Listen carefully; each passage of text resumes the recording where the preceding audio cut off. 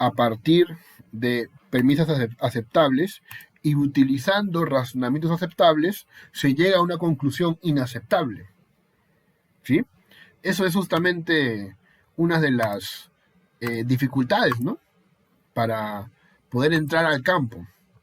A ver, yo les propongo este ejemplo, pero si tienen ustedes otros, estoy feliz de escucharlos.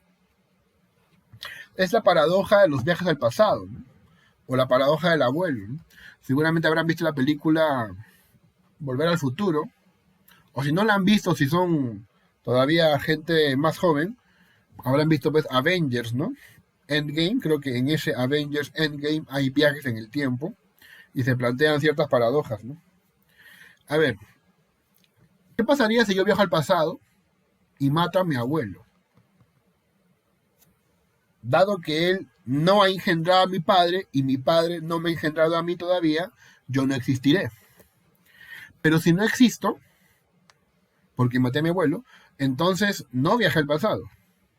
¿Me entienden? Si no existo, no hice el viaje. Y si no hice el viaje, no maté a mi abuelo. Y si no maté a mi abuelo, yo sí nací. Aquí aparece pues justamente esto que les digo, ¿no? Premisas aceptables, procedimientos aceptables, pero conclusión inaceptable. Si viajo al pasado y mato a mi abuelo, entonces no viajé al pasado ni maté a mi abuelo. ¿Entienden? Esa es la paradoja, ¿no? Frente a esto quisiera preguntarles a ustedes afectivamente cómo se sienten. ¿Qué sienten que ha pasado, no? O sea, no sé, se sienten estafados, burlados de repente. ¿Qué otra palabra podemos usar? Quizás la palabra es sorprendidos, o tal vez no. De repente, esta es una paradoja que ya conocían, ¿no? ¿Sí? Eh, Paradojas como esta vamos a conocer, vamos a partir del principio. Por ejemplo, aquí tenemos la crisis megárica de la identidad. Eh, Esto, como le decía, viene del texto en cuestión de Roy Sorensen. A ver, miren, esta es una paradoja muy antigua. Eh, Imaginen que entra un hombre con una capucha, ¿no? Por Halloween, de repente, por Halloween, ¿ya? Eh, y resulta, pues, ¿quién era? Tu padre, era tu padre. Pero en ningún momento ha saludado, oh papito, ¿cómo estás? No le ha dicho nada. Y ahí se genera una paradoja interesante, ¿no? Dices que conoces a tu hermano, pero el hombre que acaba de llegar con la cabeza tapada era tu hermano, no, y no has dado muestra de conocerlo. Aquí, ¿qué responderían ustedes? Es una vieja paradoja. ¿Cómo resolverían esta paradoja, no? Porque las paradojas son para resolver, son desafíos. A ver, usted los escucho, ¿no? Dices que conoces a tu padre, pero el hombre que acaba de llegar con la cabeza tapada es tu padre y no has dado muestra de conocerlo, entonces no lo conoces. ¿Qué responderían ante esto?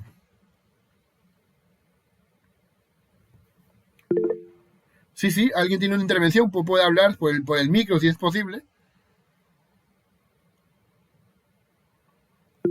a menos que esté bloqueado el micro, no sé. Bueno, doctor, muy buenas tardes y a todos los colegas también. Yo estaba levantando la mano, pero bueno. Ya. Yo quiero hacer un comentario respecto a la primera paradoja, porque la segunda es menos conocida, ¿no? Como primera cosa, yo podría decir que se parece mucho al planteamiento cartesiano, ¿no? Es decir, estamos en dos planos distintos, de manera que allí yo no veo el sentirme burlado o una estafa, porque una cosa es el plano mental, el plano lógico, y otra cosa es el plano real. En realidad, no me pueden preguntar, o a nadie le podemos preguntar, si alguien puede viajar al pasado. Obviamente que nadie va a poder viajar al pasado en el plano real. En el plano racional, en el plano intelectual, en el plano lógico, obviamente que sí yo puedo viajar al pasado, ¿no? Es como eso, pienso, luego existo, ¿no? El principio cartesiano. Yo más utilizo la paradoja En este sentido, yo le pongo el siguiente ejemplo. Ujú. Y que sí es real, ¿no? Porque en el sentido común también yo puedo decir, mira qué paradójico que es esto. Por ejemplo, yo digo, cuando he sido estudiante, eh, quería yo viajar, quería pasear, quería salir con mis amigos, pero tenía el inconveniente de que no tenía dinero, justamente por eso, porque uno es estudiante. Y ahora que uno es profesional, ahora que yo soy profesional, hay dinero, pero no hay tiempo y tampoco ya no hay los amigos y tampoco hay el deseo de salir. Y digo, qué paradójico. Entonces, a veces utilizamos solamente el plano de la paradoja en el aspecto lógico, es decir, en el aspecto que no está en el plano de la realidad. Y parece más una cuestión que nos ayude a pensar en el ejercicio lógico, pero que no está en el plano de la realidad. Ese es mi comentario, doctor. Sí, sí, yo lo juzgo muy pertinente. Justamente te invito a que vuelvas también la próxima semana. Vamos a hablar de un filósofo que se llama Thomas Reid, el filósofo del sentido común, ¿no? Él se queja mucho de eso también. Él dice que construyen castillos sobre arena, ¿no? Para que, en serio, lo dicen, ¿no? Y es filósofo también. Critica sobre todo a Hume, que ya lo van a ver que es un paradojista, pues, ¿no? Totalmente inmenso. Ahora bien, es cierto, ¿no? Aquí lo que se busca es ensayar y fortalecer el pensamiento crítico a través de planteamientos que funcionan como supuestos. Claro que sí, funcionan como supuestos. Em, Vamos a verlo con más desarrollo, ¿te parece? Vamos a ver si tu sensación de que esto no es muy práctico se mantiene hasta el final de la exposición. Muy amable por tu posición. En particular, con esta paradoja, ¿cuál es el problema? La palabra conocimiento. ¿Qué es conocer? ¿Sí? La gente puede protestar, ¿no? Pero obviamente, ¿no? Si entra con capucha, ¿cómo lo voy a reconocer? No, pero tú dices que conoces a tu papá, ¿no? Si tu papá está con capucha, también lo debes conocer, ¿no? Pero la gente protesta, sí, pero ¿qué es conocer? Conocer no es simplemente, digamos, un acto mero y simple, ¿no? Requiere más complejidad. Por ejemplo, esta es una llamada de atención para la palabra conocimiento, para definirla bien, por ejemplo. Pero, pero vamos a ver que esto en el tiempo, luego con los filósofos analíticos, es recuperado, miren, es recuperado, ¿ya? Sin embargo, vamos a explicar un poco el texto para no perder de vista la intención. El Teeteto es uno de los diálogos de Platón en el cual se habla, por ejemplo, de la virtud y el conocimiento. Según este diálogo, todas las virtudes se reducen al conocimiento. Ya saben la frase ¿no? de Sócrates, ¿no? El que conoce actúa bien, el que es ignorante, pues actuará con desconocimiento, actuará mal. Frente a esto se plantea un principio de continencia o de moderación. Las personas nunca eligen el mal, voluntariamente, nunca eligen lo inferior. Si estamos entre que yo te regale 10 soles a que te regale 100 soles, sí te regalo, ¿no? ¿Tú qué prefieres? Bueno, los 100 soles, pues, ¿no? Obviamente, ¿no? Claro, o sea, la gente siempre quiere, digamos, la alternativa superior. Siempre buscan el bien. Ese es un principio platónico. Los hombres y las mujeres siempre buscan el bien. Ahora bien, ¿cuál es el problema? Puede haber una debilidad de la voluntad, que es el caso de los ebrios, o los borrachos, o los adictos, que a pesar de que saben que la droga es mala, o que el vino en exceso es malo, siguen tomándolo, ¿no? Siguen tomando en el piso, se caen y hacen un espectáculo, ¿verdad? Entonces ahí también habría pues un problema. Problema dos, a veces las personas prefieren un bien menor. ¿Por qué? Porque lleva menos tiempo a un bien mayor que requiere esperar mucho tiempo, ¿no? ¿Sí? Es el caso de algunas carreras, ¿no? De algunos institutos, ¿no? Que, bueno, solamente lleva 3 años y listo, sales para trabajar. En cambio hay otras, como digamos la universidad, que tiene que tener 5 o más años para recién trabajar, ¿no? Y trabajar, digo, profesionalmente. Por ejemplo, la gente prefiere, bueno, mejor pongo mi empresa de frente, ¿no? Ya ni estudio, ¿no? Porque quiero dinero, necesito dinero rápidamente. ¿Entienden? O sea, hay un problema ahí con respecto a la paciencia. Por supuesto que ahí hay un error de perspectiva. Hay que ser pacientes. Y esto se logra con la educación. La educación, pues, como ustedes deben saber, una de las principales herramientas del maestro debe ser la paciencia, ¿no? Para ser profesor hay que tener mucha paciencia, ¿no? Con los estudiantes, qué dicen, qué no dicen, qué se supone que deben decir o no. Todo vicio, pues, se funda en la ignorancia. Toda virtud se funda en el conocimiento. Al adquirir más información, elegiremos de modo objetivamente correcto. Esto es platónico, ¿no? Este es el esquema platónico que ustedes ya conocen y que se desarrolla en ese diálogo llamado Teeteto. También se plantea esta discusión sobre Heráclito y el cambio. Como ustedes saben, ¿no? Heráclito fue el maestro de la dialéctica. Él planteaba que todo está en constante desarrollo, que todo es y no es, nada permanece, todo está en constante cambio. ¿Decía quién? Heráclito. Bien, todo cambia, es como el río, ¿sí? Justamente, frente al tema de Heráclito, se le puede, digamos, entregar como argumento que lo apoya la paradoja del barco de Teseo. Y la cuestión, ¿no? De cómo es posible saber que las cosas son las mismas si siempre están cambiando. O sea, aceptando el cambio que dice Heráclito, ¿cómo saber que son las mismas? Te comento, ¿cómo es la paradoja del barco de Teseo? Tenemos un barco, ¿sí? El barco de Teseo, que fue donde viajó e hizo sus aventuras.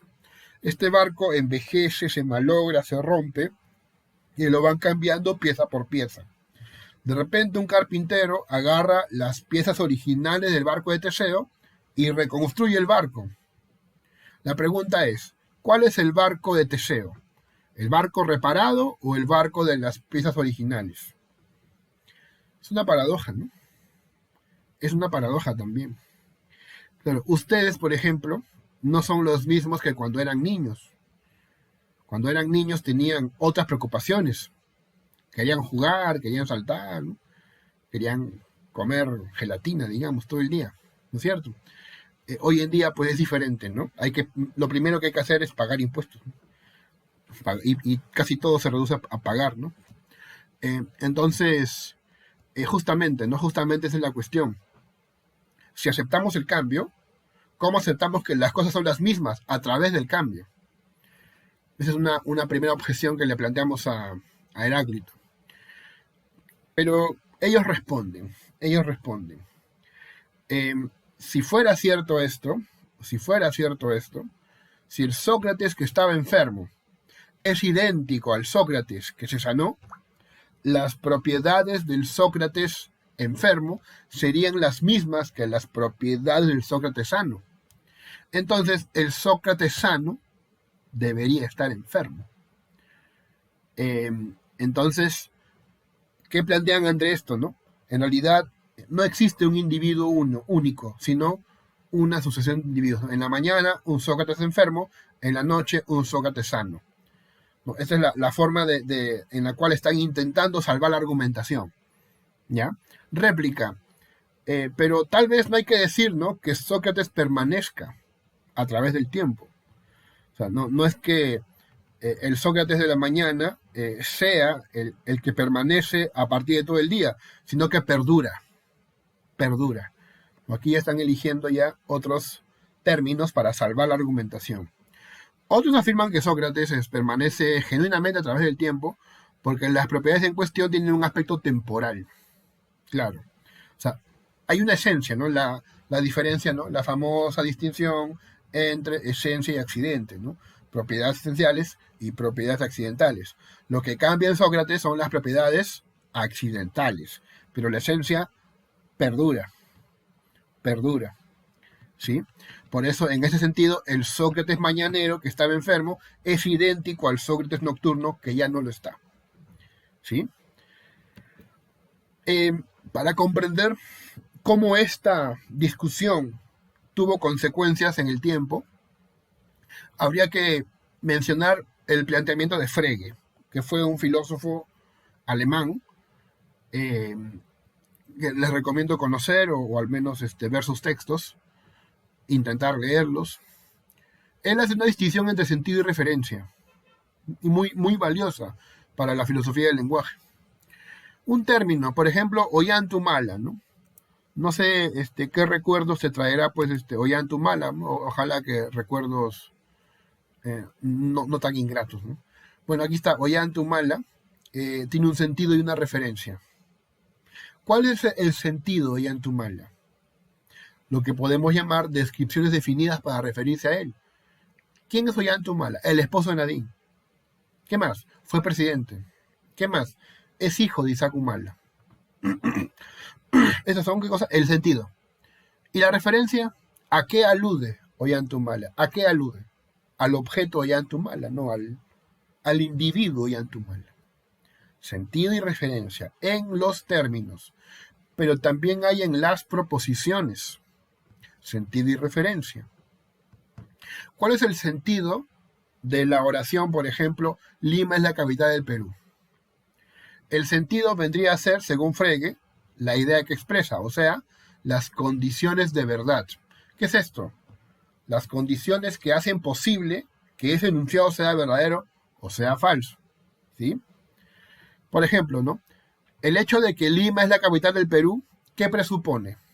Que Lima es una ciudad, que Perú es un país, que Lima está dentro de Perú. Todo esto, ¿qué cosa es? Condiciones de verdad.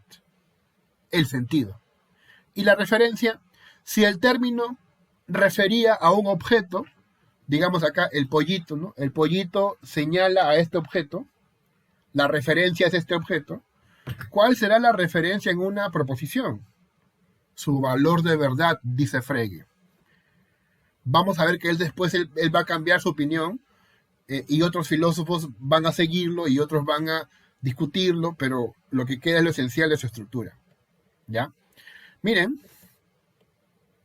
a ver, frente a esto quiero hacer algunas preguntas a todos ustedes.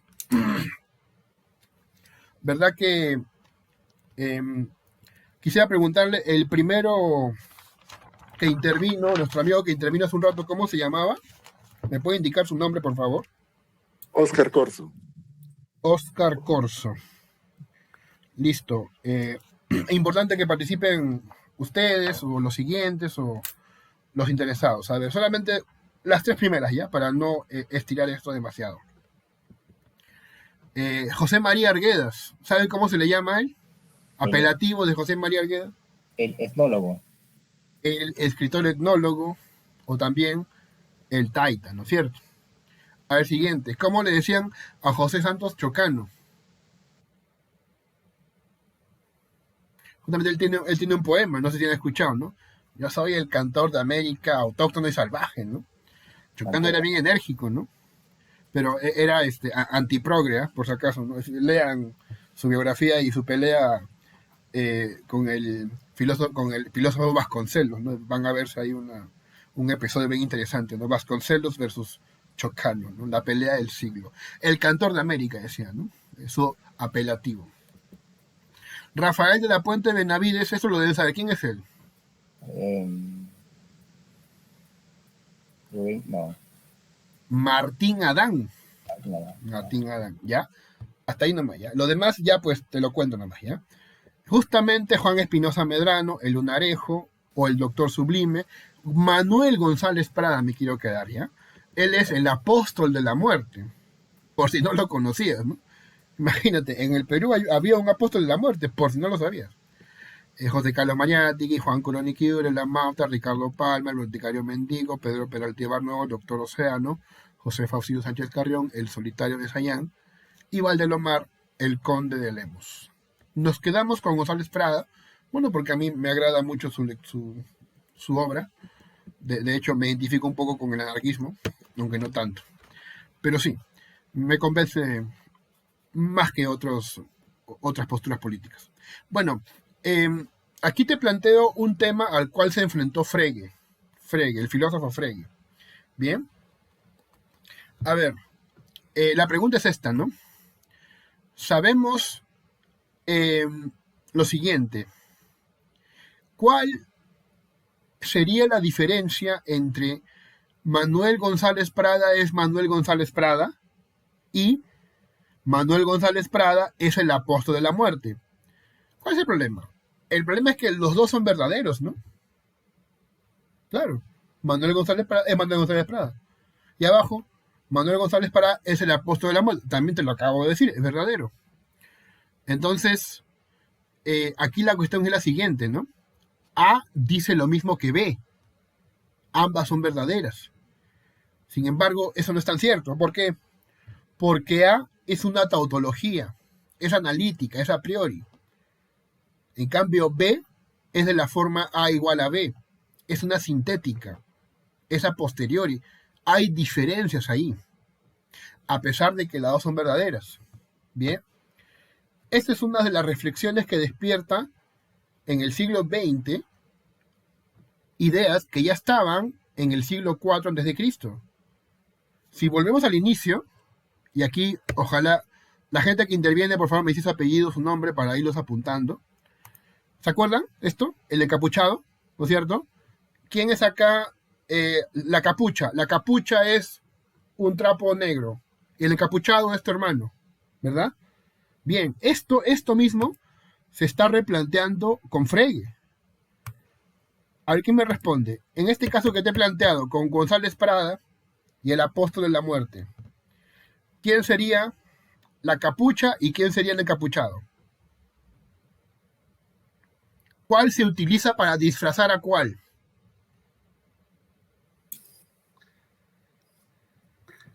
La capucha, pienso que es el apóstol de la muerte. Y la persona en sí, Manuel González Prada. Exacto, muy bien. ¿Cuál es su apellido, señor? Ciro Marín Benítez. No le escuché bien. Ciro, ¿no? Ciro Marín Benítez, sí. Mari Benítez. Marín Benítez. Muy amable, gracias. Ahí está, él se dio cuenta, ¿no? O sea, estamos ante lo mismo, ¿no? Al parecer no podemos distinguir, porque son dos verdades. Ahora, lo que te cuento a continuación es mucho más grave, mira. Los contextos indirectos de Frege. Cuando hablo de contextos indirectos u oblicuos, me refiero a expresiones de la forma cree que, sabe que, conoce que, ¿ya? Ese tipo de expresiones, cree que, sabe que. Fíjate, Pedro Castillo cree que Londres es capital de Inglaterra, ¿no? Yo no tengo, digamos, el honor de conocer a nuestro presidente, no tengo el honor, ni la desgracia ni el honor, no lo conozco, ¿sí? O sea, más que ustedes no, o sea, igual, como por la tele, ¿no? Por la tele. Y la otra, Pedro Castillo cree que London es la capital de Inglaterra. De nuevo, la capucha y el encapuchado. Tú sabes, ¿no? Porque tú eres obviamente una persona académica de una de las mejores universidades del Perú, que es la San Agustín de Arequipa, que por supuesto London es igual que Londres, pues, ¿no? Es inglés. La pregunta es, ¿pero Pedro Castillo creerá eso? Sin ofenderlo, no te vayas a decir, no, que no saben nada, no saben inglés. No lo sé. La verdad es que no lo sé si sabe inglés. No lo sé. ¿Sí? La idea es esa, ¿no? El Pedro Castillo que cree que Londres es capital de Inglaterra es el mismo que cree que London es la capital de Inglaterra. O sea, ¿se puede plantear una equivalencia o no? Y es aquí donde te das cuenta de que no se puede plantear. A pesar de que ambas son verdaderas. Pedro Castillo podría saber efectivamente que Londres es capital de Inglaterra, pero podría no saber que London lo es. Esto te hace pensar, ¿no? Porque te estás dando cuenta de que a pesar que hay una verdad, cuando la verdad está antecedida de cree que es un operador epistémico, o en este caso doxástico, cambia el valor, el valor veritativo, ¿no? ¿Sí? O sea, te das cuenta, acá hay una situación paradójica. Ambas oraciones son verdaderas, pero cuando antecede el operador cree que, ya no se hace tan obvio su verdad o su falsedad. Depende de un contexto, en este caso de los contextos indirectos. Y lo mismo acá, ¿no? Y lo mismo pasa acá, ¿no? Castillo cree que Mario Vargas Llosa fue el premio Nobel de Literatura. Él puede creer esa verdad, ¿no? De hecho, yo creo que lo conoce con toda la campaña que le hizo el escritor el Nobel peruano, obviamente se debe haber enterado quién es él, ¿no? Eh, sin embargo, sin embargo, a pesar de que Mario Vargas Llosa es tan verdadera como Londres es capital de Inglaterra, digamos, Castillo podría saber que Londres es capital de Inglaterra, pero podría haberse olvidado de que Mario Vargas Llosa fue premio Nobel de literatura, ¿no? A pesar de que ambas son verdaderas. Estos estudios sobre lo que se llama la actitud proposicional, cree que, piensa que, sabe que, lo inició Frege. Es por eso que se le llama el abuelo de la filosofía analítica. Y es por eso que siempre recomendarlo, leerlo a los estudiantes para que desarrollen el pensamiento crítico a partir de un ámbito del aspecto lingüístico. ¿Sí? Bien, hasta aquí nuestra primera parte. Segunda parte, Eubúlides. Él se cuenta que nació en Mileto. Mira, por acá está Mileto. Por acá está Mileto. Ahorita le cedo el uso de la palabra, manténgase en la expectativa. Ahorita pregunto algo y le digo al que creo que levantó su manito. ¿Ya? Aquí está Mileto, mira. Eubúlides, sin embargo, formó parte de la escuela de Megara. Megara estaría detrás de Atenas, por acá, cerca de Corinto. Y mira, solamente quiero que mires, abajito está ¿qué? La famosa isla de Creta, donde aparece un pensador llamado Epiménides, que vamos a conocerlo en un momento. Una paradoja de la monarquía de Aristóteles. La paradoja de la monarquía de Aristóteles. Esto aparece ya en el texto de Aristóteles. O sea, si acá hay gente aristotélica, ¿no?, que les gusta discutir, pueden plantear esta paradoja y discutirla así en el momento que crean adecuado, ¿no? Por un lado, Aristóteles dice la igualdad, plantea la igualdad. Justicia y comunidad políticas tienen lugar entre personas sometidas a la ley, que son iguales en el mando y en la obediencia. O sea, él cree en la igualdad, ¿no? Aristóteles es alguien que cree en la igualdad, pero también plantea la jerarquía. Un hombre de virtud superior puede gobernar a todos los demás, está por encima de la ley, y es como el jefe de una familia. Acá se plantea una paradoja, ¿no? ¿Cómo es posible que haya jerarquía y al mismo tiempo igualdad? Esto sería un gran problema para los anárquicos, para anarquistas como González Prada, ¿no? ¿Entienden? Acá hay una paradoja ya muy sencilla en el texto de Aristóteles. Cicerón desprecia la paradoja del mentiroso. Te la voy a contar, ¿ya? La paradoja del mentiroso es la siguiente, ¿no? Imagínate que yo entro a tu cuarto o a la habitación en la que estés y simplemente digo esto. Estoy mintiendo. Y me voy. Tú ni me conoces, no me escuchaste, pero ¿y qué dijo? Dijo estoy mintiendo. La pregunta ¿cuál sería? ¿Lo que él dijo es verdadero o es falso? ¿No? Y ahí comienzan una serie de desarrollo, ¿no? Si es verdadero, ¿qué me dijo? Que está mintiendo. Entonces es mentira. Pero si es mentira, él dijo eso, pues que está mintiendo. Entonces dice la verdad. ¿Entienden, no? Esa dinámica, ya pues, Cicerón la desprecia. Ese es un trabalengua, ¿no? Son sofismas exagerados, mordaces. ¿Sí? De hecho, ahora aquí abro la pregunta, ¿no?, al joven que quiere intervenir y a los demás, ¿no? ¿Están de acuerdo con eso? ¿Les parece una paradoja poca cosa lo que te acabo de comentar? Te repito, ¿no? La paradoja del mentiroso. Alguien dice, estoy mintiendo. Lo que dice, ¿es verdadero o falso? ¿Les parece poca cosa? ¿Una curiosidad de poco valor? A ver, primero el que levantó su mano, ¿qué quiere decirnos? Ya, yo le atribuyo a esa paradoja, como las anteriores, como a las tres últimas, más que paradoja, un relativismo. Es como usted me pregunta, ¿tú eres el mismo de hace 5 años? Depende, pues, depende de lo que me esté preguntando, depende en qué plano me esté preguntando. Por eso es que a mí me sorprende que un relativismo se compare con una paradoja. Entonces, ¿me puedo bañar 2 veces en el mismo río? Depende, pues, ¿no? Y de hecho de allí sale el relativismo. Entonces, yo entiendo que estas últimas paradojas sí obedecen al plano real. Obviamente que sí se entiende y está claro, porque a decir que miento, que no sé, es verdadero, pues es verdad, no sé, ¿no? Al decir yo no soy de hace 5 años, obviamente que no soy, pero la paradoja, y eso está relacionado justamente con el relativismo. Pero al decir, por ejemplo, que yo pueda viajar al pasado, obviamente que eso no está en el plano, no, estará en el plano lógico como en las aporías de Zenón de Lea, pero no está en el plano real, como sí podría estar el relativismo. Entonces, por eso, en conclusión, a mí me sorprende estar en dos planos, el relativismo y la paradoja, y hacer pasar como paradójico lo relativo. Eso es lo que puedo decir. Muy bien, gracias por su... Usted es Corso, ¿verdad? ¿O no? Sí, exactamente. Gracias, ya estamos apuntando su intervención.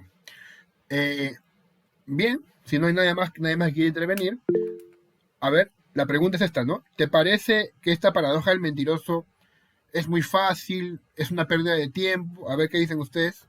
Escuchamos. Disculpe, sobre lo que, justamente, sobre el mismo punto, cuando hay una expresión que hice, ¿no?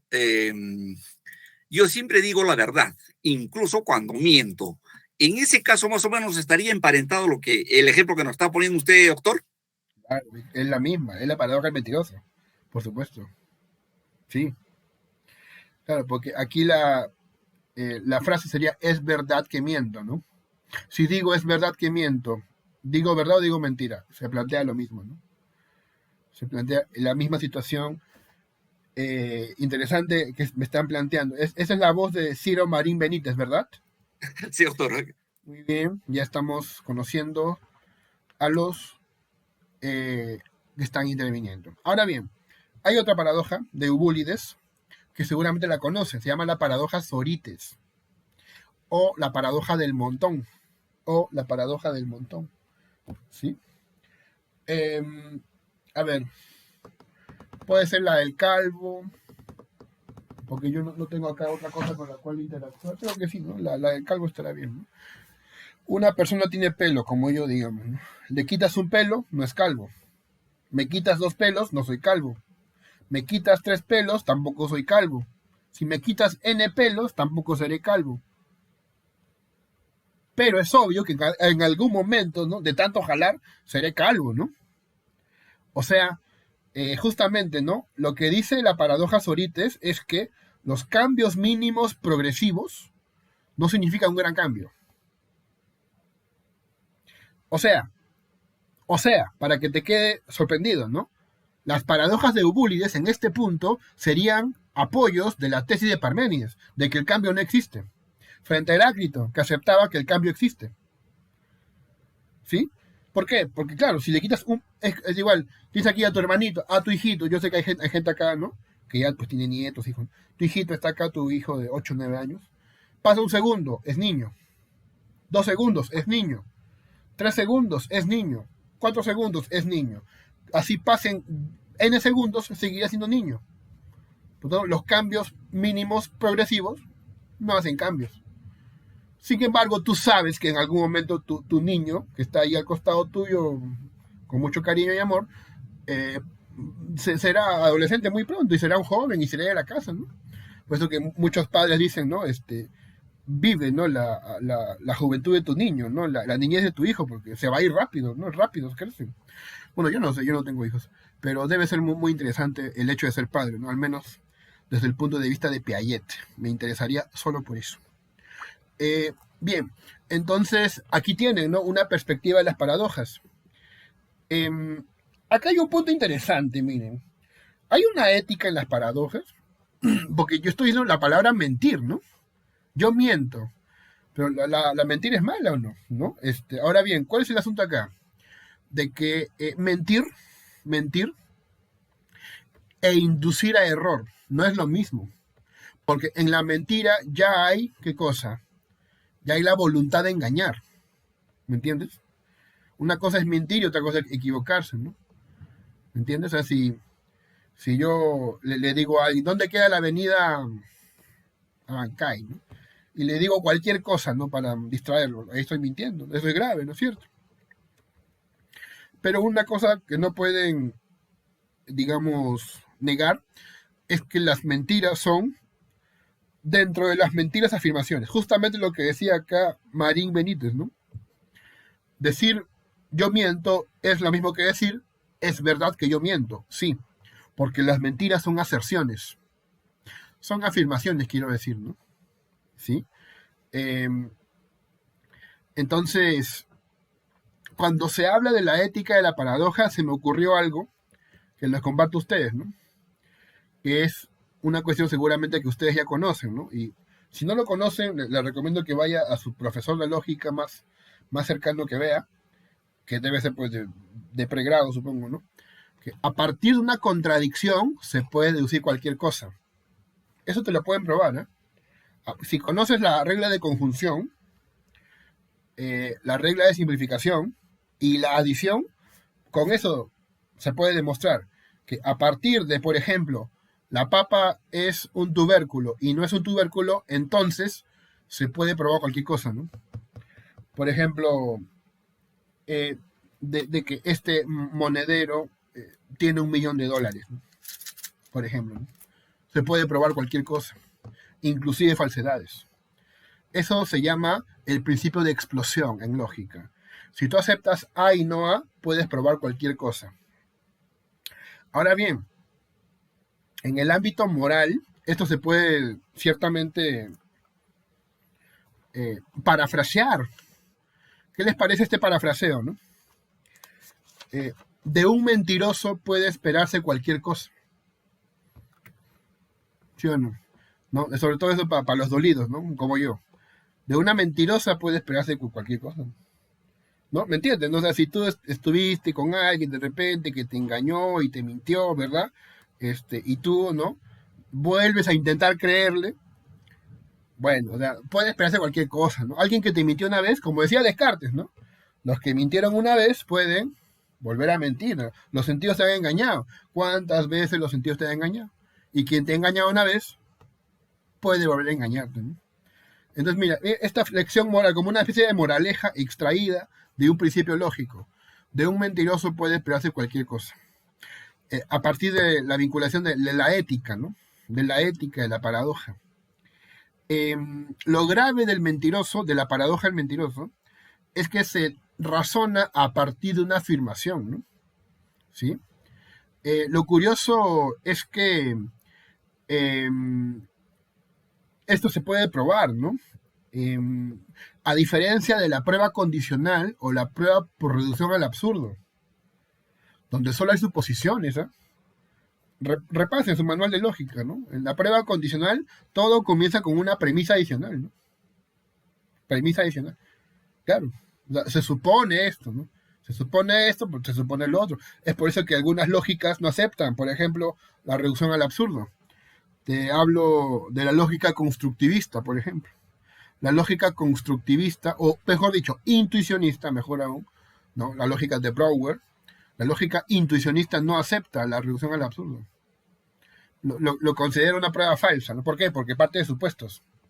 Que lo que decía justamente el compañero Corso, ¿no? No es práctico partir de supuestos, ¿no? Si viajara en el tiempo, es lo mismo, el mismo argumento tienen los intuicionistas al estilo kantiano, ¿no? ¿Ya? Bien. Que debe quedar claro que los que plantean una paradoja plantean una pregunta. O sea, en realidad te está desafiando para que tú razones, pero es porque tampoco sabe la respuesta, ¿no?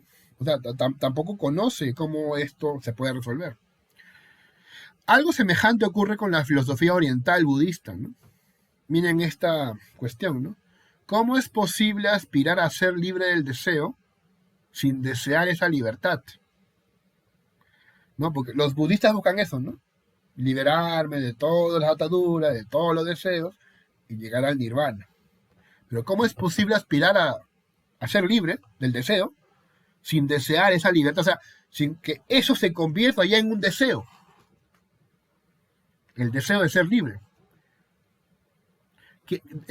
Quiero ser libre de todo deseo. Ya, aceptable. Pero eso se convierte en un deseo. ¿No es cierto?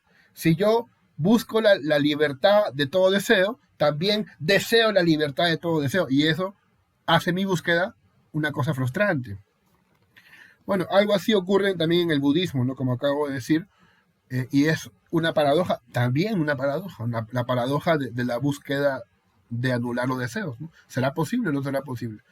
Así le puedes, ¿no?, preguntar mañana a tu profe oriental, ¿no?, para que le guste la lógica también. Miren, paradoja del mentiroso. Te voy a plantear otra versión, ¿ya? Que es la misma, solamente que es un poco más bonita, ¿no? Mira, aquí hay 3 falsedades. Lima es la capital de Chile. El pisco es una bebida alcohólica.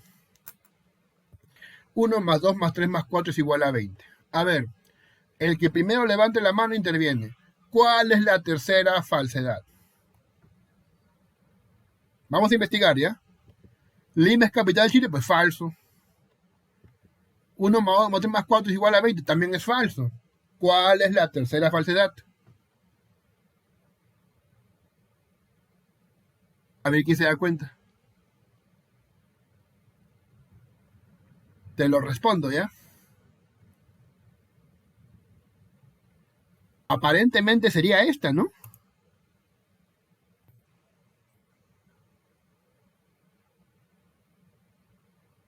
¿Me entiende? Porque obviamente el pisco es peruano, o el pisco es una bebida alcohólica, ese es verdadero, ¿no? Entonces, mira, acá hay una falsedad, 2 falsedades. ¿Esta qué pasa con esta de acá? Sería la tercera falsedad, ¿no? Ya, pero ahí hay un problema. ¿Por qué? Mira, ¿por qué? Si asterisco es falsa, entonces es verdad que hay 3 falsedades. O sea, asterisco es verdadera. ¿Sí? ¿Entienden eso? ¿Sí? ¿Entienden eso? Claro, entienden eso, ¿no? Si asterisco es falsa, si la oración asterisco es falso, entonces, ¿qué dice asterisco? Que aquí hay 3 falsedades. Entonces sería verdadero. Porque mira, pues tenemos 1, 2 y 3. ¿Entendieron eso? Sí, ¿no? Pero si asterisco es verdad, si esto es verdad, entonces asterisco inmediatamente se vuelve falso, ¿no? Porque no habría 3 falsedades. Ya, esta es una paradoja, ¿no? Así, en el sentido ya más explosivo, ¿no? Que tú no sabes por dónde ir. O sea, ¿qué está pasando acá, no? ¿Verdad? Al menos la intención ha sido esa, ¿no? ¿Qué ha pasado acá? A ver. ¿Por qué? ¿Por qué llega a eso? ¿No? ¿Entiendes? La sensación que ante una paradoja tenemos es, pues, la de perdición, ¿no? La de desafío también. ¿Ya? Hay otra paradoja que compite con esta que se llama la paradoja de Epiménides. Yo la estudié en mi tesis de licenciatura. Está libre en línea. Buscan, ¿no?, paradoja de Epiménides, Rafael Mora, y si tienes el estómago para ver tantas fórmulas, míralo, pues, con todo gusto, léelo. Ahora bien, ¿qué sucede? De que en esa tesis, justamente yo decía lo siguiente, ¿no? En contra de la opinión de muchos eruditos, ¿no? Muchos piensan, ¿no?, que cuando Epiménides, el que ven ahí, dijo lo siguiente, ¿no? Epiménides, el cretense, dijo: todos los cretenses son mentirosos. Algunos dicen que eso es la paradoja del mentiroso. No, no es. Es diferente. Y hay mucha gente que opina que sí es paradoja del mentiroso, ¿eh? Entre ellos tenemos a un gran peruano que es Piscoya, por ejemplo, ¿no? Ahí hay un libro, ¿no?, que se puede citar, ¿no? Es un libro de filosofía para bachillerato, ¿no? En los años 90 ahí se editó uno. Ahí textual lo dicen, ¿no? Textual. Sí es igual, dicen, ¿no? No lo es, señor, no es igual. Gente reputada como Piscoya. No es el único, ¿eh? Hay varios que afirman eso, ¿no? Que es lo mismo, ¿no? Entonces, a ver, ¿cómo te demuestro que no es igual? Porque parece igual, ¿no? Todos los cretenses son mentirosos. ¿Lo dijo quién? Un cretense. Entonces, ¿eso es verdadero o falso? Si es verdadero, es falso, ¿no es cierto? Si es verdadero que todos los cretenses son mentirosos, entonces es falso, ¿verdad? ¿No es cierto? Ahí está el problema, ¿no? Pero al revés no, que es lo que te quiero demostrar, ¿no? Si es falso, entonces es verdadero, no. Porque si es falso que todos los cretenses son mentirosos, ¿qué es verdad? Que algunos cretenses son honrados. Pero tú no puedes decir que ese único cretense honrado sea Epiménides. No lo puedes afirmar. No puedes decirlo categóricamente. Por lo tanto, ¿qué te queda? Te queda este esquema, ¿no? Si todos los cretenses son mentirosos es verdadero, entonces esa oración es falsa. Y si esa oración es falsa, entonces algunos cretenses son honrados. O sea, no, debería acabar, ¿no? Esta oración es verdadera, pero no. O sea, una paradoja debe ser así, ¿no? Si es verdadero, es falso. Y si es falso, es verdadero. La de Epiménides no cumple eso. Sin embargo, una pregunta que se hace mucha gente es, ¿y por qué? ¿Por qué nos confundimos? ¿Por qué creemos que esa paradoja es la del mentiroso? Cuando tú me acabas de decir que no lo es. Justamente porque hay un método, ¿no? O sea, los lógicos en la historia han intentado enfrentarse a las paradojas, intentando mostrar que son falacias. ¿Cuál sería en este caso la falacia presente aquí? A ver, yo voy a hacer una pregunta al público, ¿ya? A cualquiera puede responder orgullosamente con sabiduría, ¿no? ¿Cuál es la negación de todos los hombres son mortales? Si me responde correctamente, le apunto, ¿no? Dígame, te escucho. La negación de todos los hombres son mortales. Adelante, Isidro, por favor. Algún hombre no es mortal. Muy bien. ¿Cuál es su apellido? Claro, ningún hombre es mortal. A ver, ¿quién es Isidro? ¿Dijo Isidro? Sí, algún hombre no es mortal. Esa es la correcta. ¿Isidro qué, pero apellido? Velasco. Claro, orgullosamente Isidro Velasco dice eso y yo te aplaudo, es lo correcto, está bien. Pero ¿sabes qué responde, digamos, la gente alejada del ámbito académico? Dicen que la negación de todos los hombres son mortales es, según ellos, ningún hombre es mortal. Hagan esta prueba con sus alumnos. Sí, seguramente lo han hecho, ¿no? Y ellos te responden, ¿cuál es la negación de todo hombre es mortal? Ningún hombre es mortal. No, señor, eso no es. ¿Y por qué? Bueno, por el cuadro de Boecio, ¿no? Pero le puedes dar una explicación más bonita, ¿ya? Te voy a pasar un tip para que le hagas la explicación más bonita, mira. Imagínense que hay una fiesta en la UNSA, pues, ¿no? Una verbena, ¿no? ¿Ya? Y digamos que hay gente de Lima en esa verbena, ¿por qué no? Pueden ir si quieren. Y bueno, siempre y cuando respeten todo, ¿no? Ya. Y también gente de Arequipa, ¿ya? Gente de Arequipa. Gente de Lima, gente de Arequipa. Y obviamente puede haber más, ¿no? Entonces, alguien razona, ¿no? Todos los de la verbena son de Lima. ¿Verdadero o falso? Falso. Hemos dicho que no todos lo son. Ah, ya. Entonces, ninguno que está en la verbena es de Lima. Falso también, porque hay algunos que lo son. Con este argumento te das cuenta que todo SSP no es la negación de ningún SSP. ¿Por qué? Porque si fuera la negación, tendrían valores de verdad opuestos. Si todos los de la verbena son limeños, eso es falso. Debería ser verdadero que ninguno de la verbena es limeño, y te das cuenta que eso también es falso. Entonces no son, vamos a decirlo, opuestos, contradictorios. ¿Ya? Como dice nuestro amigo Isidro Velasco, la negación de todo hombre es mortal es algún hombre no es mortal. ¿Sí? O sea, bajo el caso que estamos planteando, ocurre la paradoja porque la gente piensa, ¿no? Que, a ver, Epiménides dice, ¿no? Todos los hombres son mortales, ya, verdadero. ¿No? Él lo dice y él es un cretense, entonces es falso. Si es verdadero, entonces es falso.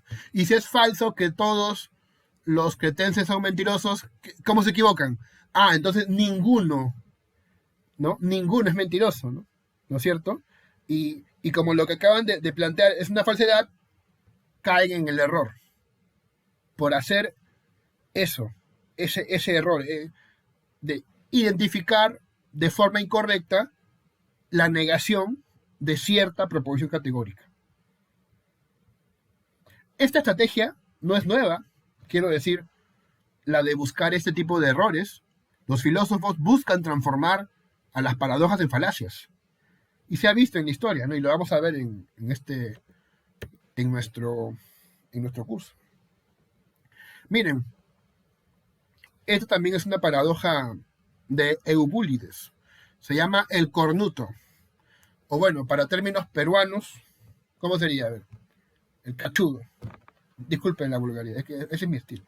Bueno, ¿tienes lo que no has perdido? Es una pregunta inocente, ¿eh? Por ejemplo, yo no he perdido mi lapicero. Entonces lo tengo, ¿no? ¿Tienes lo que no has perdido? Claro, si no lo he perdido, lo tengo, pues, ¿no es cierto? Sí. ¿Has perdido los cuernos? No, no he perdido cuernos. Entonces, ¿tienes cuernos? Cachudo.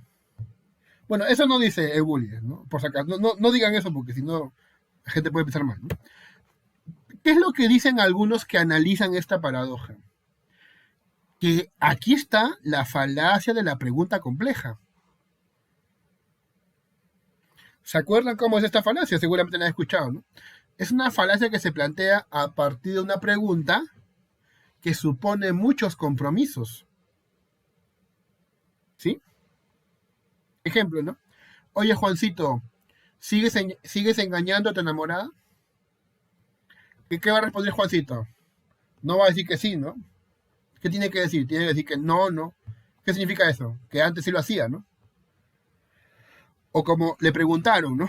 En un juicio de Fujimori, ¿no? Yo me acuerdo que Abelino Guillén, ¿no? El que fue ministro después, en esta época de Castillo, le preguntó a Fujimori, ¿no? Señor Fujimori, ¿sigue usted mandando a matar gente? Ahí, como si fuera un Rottweiler, salió César Nakazaki a decir, un momento, señoría, pregunta compleja, reformule su pregunta, ¿no? Y bueno, al lugar dijo, ¿no? Y tuvo que hacer la pregunta otra vez, ¿no? Pregunta compleja, pues, ¿sigues mandando a matar gente? Pregunta compleja. Igualmente acá, ¿no? ¿Tienes lo que no has perdido? Es una de las formas de desbaratar paradojas, ¿no? Convertirlas en falacias. Pero claro, ¿no? La creatividad para hacerla ver como una falacia, pues es inmensa, ¿no? Es inmensa. La paradoja Sorites, que ya te la conté, ¿en qué se basa? En algo que se llama la vaguedad. La vaguedad. No confundas vaguedad con ambigüedad. Ejemplo de ambigüedad. Rico. La palabra rico es ambigua. A ver, ¿quién me dice qué puede significar rico? Te escucho.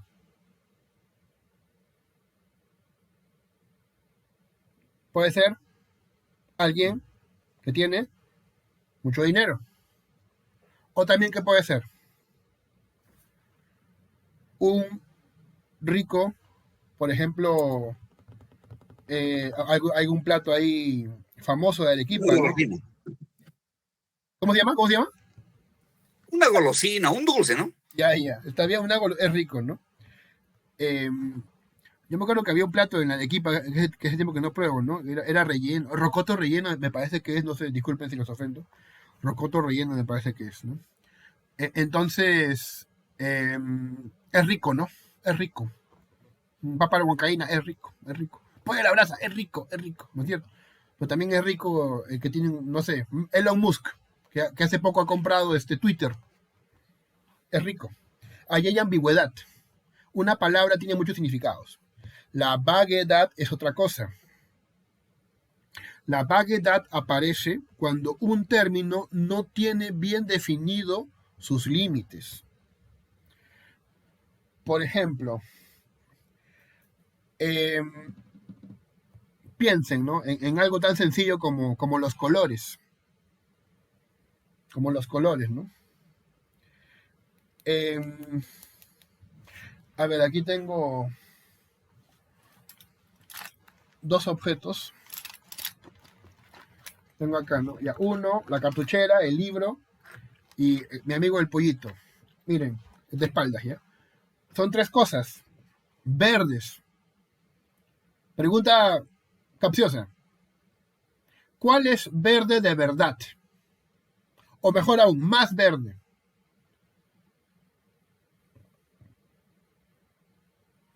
Es pregunta capciosa, pues. Tú sabes que los tres son verdes, solo que tienen diferente tono, ¿sí?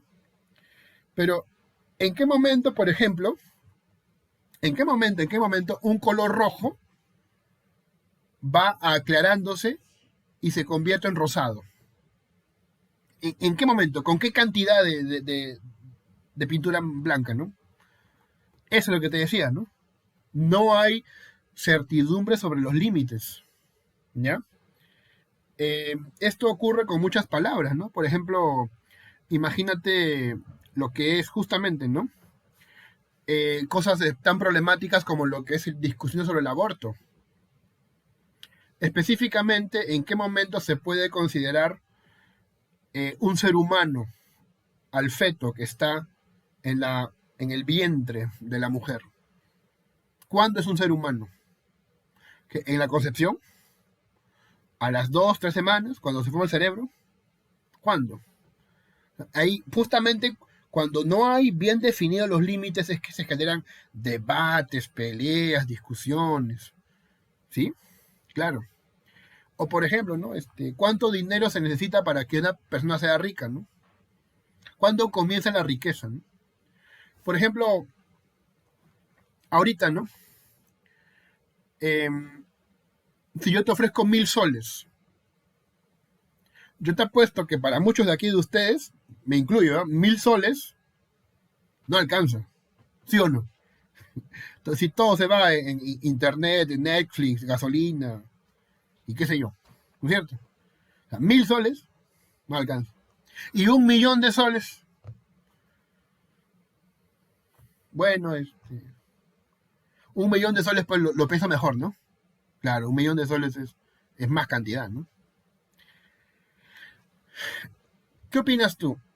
Una persona como el dueño de Twitter, Elon Musk, ¿le parecerá mucho o poco 1.000.000 de soles? O 1.000.000 de dólares. Bill Gates, Rodríguez Pastor, el dueño de Gloria, el dueño de Intercorp, 1.000.000 de soles, ¿qué le parecerá? ¿Mucho o poco? Pasa nada, es un milloncito nomás. Es por eso que estas empresas le dan pues plata a los políticos, pues, ¿no? Como si fuera caramelo de Halloween. ¿Has visto, no? Para ti uno, para ti otro, así, repartiendo en pleno Halloween a toda su cofradía. Bien, señores. Aquí lo que ocurre es vaguedad en la paradoja Zorites. Tercer momento. Gracias por aguantar, gracias por estar acá. Te juro que estoy haciendo todo mi esfuerzo para que te concentres, para que no te duermas, ¿ya? Ojalá que lo estés logrando. Época medieval. Tomás de Aquino, famoso filósofo. Cambiamos la época y las paradojas, ¿qué pasó con las paradojas? ¿Se mantienen? Sí se mantienen bajo otro formato, pero se mantienen, ¿no? Todos van a estar involucradas con Dios, ¿no? Con el mismísimo Dios, como decía mi amigo, ¿no? El mismísimo Dios. Así hablan los filósofos, ¿no? El Papalino también le dice. Es lo mismo hablar de Dios como clásico de la literatura universal que hablar de Dios como objeto de la fe religiosa. Claro, ahí, ¿no? Ahí también hay vaguedad, ¿no es cierto? ¿En qué momento yo digo Dios como personaje literario y Dios como eso a lo que muchos adoran, ¿no? Yo soy ateo por si acaso, pero respeto a los que tienen su fe, ¿no? Es más, hasta los considero admirables, ¿no? Porque finalmente, ¿no? Le encuentran orden a su vida y siguen con eso hasta el final. Claro, se respetan. Yo me considero pues un descreído, pues, ¿no? Pero para mi buena suerte, tengo ahí textos, lecturas, entonces puedo continuar siempre en esa investigación. No, lo importante es no dogmatizar, ¿verdad? no ser intolerante, ¿no? Si quieren creer, no tengo problema, ¿no? Siempre y cuando nos respetemos. Dios, dentro del mundo medieval, occidental, ¿cómo se entiende? Como eterno, inmutable, omnisciente, omnipotente y supremamente bueno. Todo esto son características de Dios. Todas las pruebas de la existencia de Dios van a conservar esas propiedades.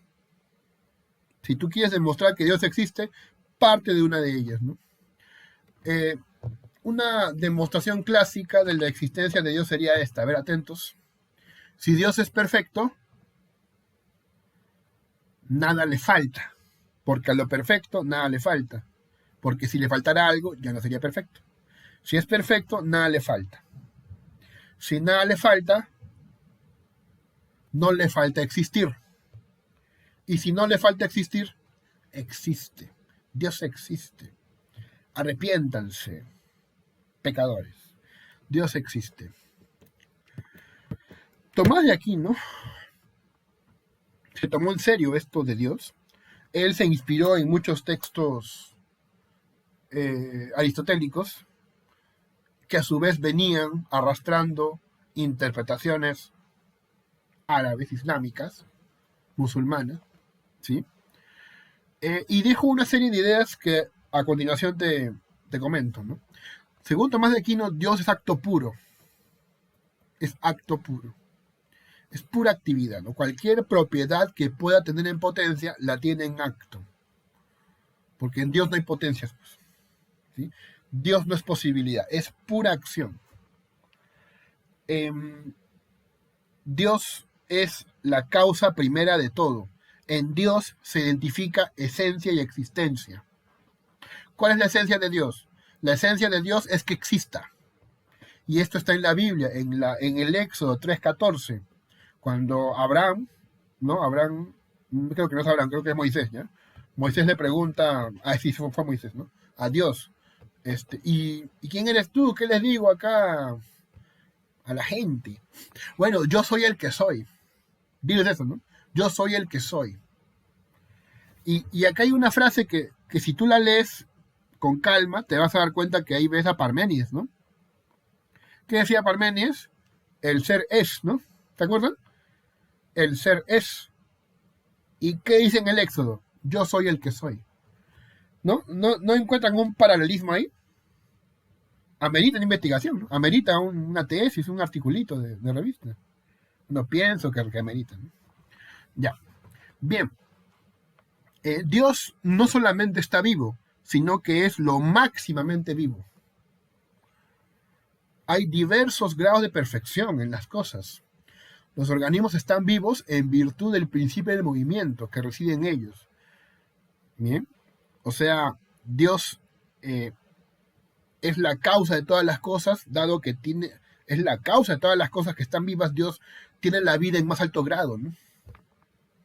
Es la suma perfección, es la cuarta vía de la existencia de Dios. O sea, ¿se acuerdan las 5 vías? Bueno, es la cuarta vía la que te estoy planteando, ¿no? La vía de la suma perfección. En el mundo hay gente que canta bonito, ¿no? En el mundo tenemos gente que saca 15 y gente que saca 18 en la prueba. ¿Cuál nota es más perfecta? 18. ¿Por qué? Porque 18 está más cerca de la perfección, que es el 20. ¿Me entienden? Por eso 18 es mejor que 15. ¿Por qué? Porque lo perfecto existe. Lo perfecto es 20. Y ese 20 es Dios. Si no hubiera un Dios, no habría forma de ver cuál es más perfecto. Ahí está, un argumento para que la puedas compartir a tus estudiantes. Acá hay una pregunta interesante. Si acá hay falacia genética, ¿no? Es una pregunta interesante. ¿Qué es la falacia genética, no? O sea, ¿no? La falacia genética tiene que ver con el tema del origen, ¿no? Si algo es lo que es por su origen. Si todo el mundo es lo que es porque tiene su origen en Dios. ¿No es cierto? Es la idea, ¿no? ¿Y eso no es falacia genética? ¿Qué cosa es la falacia genética? Se dice que una falacia genética acontece cuando se plantea que todo solamente es su origen. Se reduce a su origen, ¿no? acá hay muchos ejemplos, mira, te pongo este ejemplo de acá de la imagen, ¿no? Debemos cambiar la constitución que se nos impuso en dictadura. Jejeje. Eh, o sea, ese es el típico argumento pues, de alguien que solamente no repite lo que escucha, ¿no? ¿Por qué hay que cambiar la constitución? A ver, estimado progre. Ah, pues porque es de un dictador, ¿no? No, pero esa es falacia genética, pues, ¿no? En realidad, si hay que cambiarla es por el capítulo quinto económico, ¿no? Que nos deja mal parados. Y que muchos se están discutiendo hace tiempo, ¿no? Eso no, ese capítulo quinto no nos permite juzgar a Repsol, por ejemplo, ¿no? Bueno, aquí las empresas vienen, hacen lo que quieren y se van. Y no pasa nada. Así es. Bueno, entonces cuando tú argumentas que algo depende de su origen, es falacia genética. La pregunta es acá. ¿Acá hay eso? ¿En Tomás de Aquino no hay falacia genética? No lo sé. Bueno, ahí habría la discusión, ¿no? La discusión de si todo depende de Dios, todo se reduce a Dios, entonces, ¿es falacia genética o no? Bien. Bueno, otra de las vías que se mencionan en el texto de Roy Sorensen, Breve Historia de la Paradoja, y de hecho yo quisiera que utilicen estos encuentros como motivación para leer este libro, ¿ya? Que es un libro denso, ¿eh? Denso, es un libro denso, pesado de leer, pero aviéntate, ¿no? Y vas a encontrar maravillosas cosas. A ver, entonces, vemos, pues, según el gobierno de las cosas, me lo planteó un amigo, ¿no? Tú vas a una tienda y ves que todo está ordenado, ¿no? Acá el vino, acá el arroz y acá las papitas, ¿no? ¿Por qué? Porque hay alguien que lo ordenó. Ahora mira el mundo, ¿no? Aquí está el cielo, aquí está el arbolito, aquí está Juancito jugando con Pepita. ¿Por qué está ahí tan ordenado? Porque hay un ordenador. Igual que en la bodega. ¿Y quién sería ese ordenador? Pues sería Dios, ¿no? ¿No es cierto? Que a Dios le da un fin a cada cosa, le pone orden a cada cosa, ¿no? Le da un telos. ¿Ya?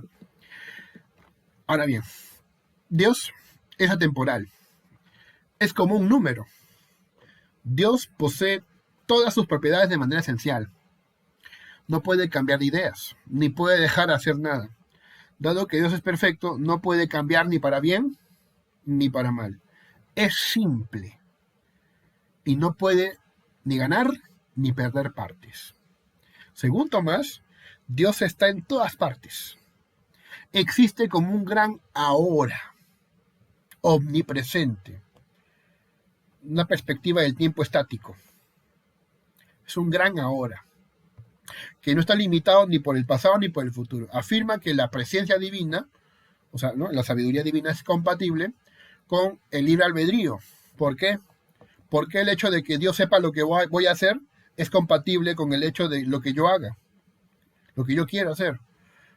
Porque el tiempo dinámico no se aplica a Dios, ¿no?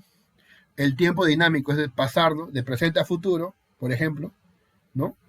O de pasado a presente, ¿no? Ese fluir, tiempo dinámico, no se aplica a Dios. Dios vive en un gran ahora, ¿no? Sería pues la opinión de Tomás de Aquino.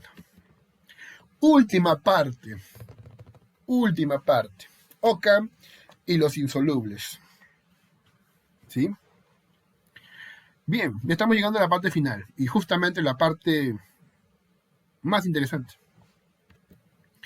Ustedes no sé si conocen, ¿no? Lo que pasó en el año 1277, en la época medieval. Hubo una condena bastante extraña, que duró poco, pero a la gente le llamó mucho la atención, ¿no? Que el Papa o la gente que servía al Papa comenzó a condenar una serie de proposiciones. De hecho, Francisco León Florido sacó un libro que se llamó así, ¿no? 1277, La condena de la filosofía.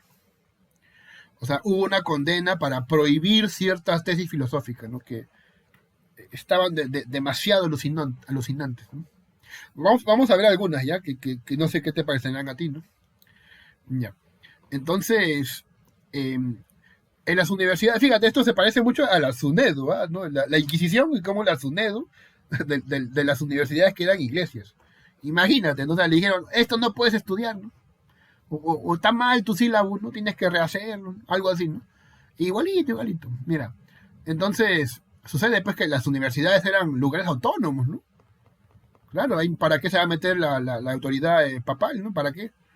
Eh, entonces, eh, entraron, digamos, ahí, ¿no? A revisar y encontraron pues que estaban leyendo a paganos, ¿no? Como Aristóteles, ¿no?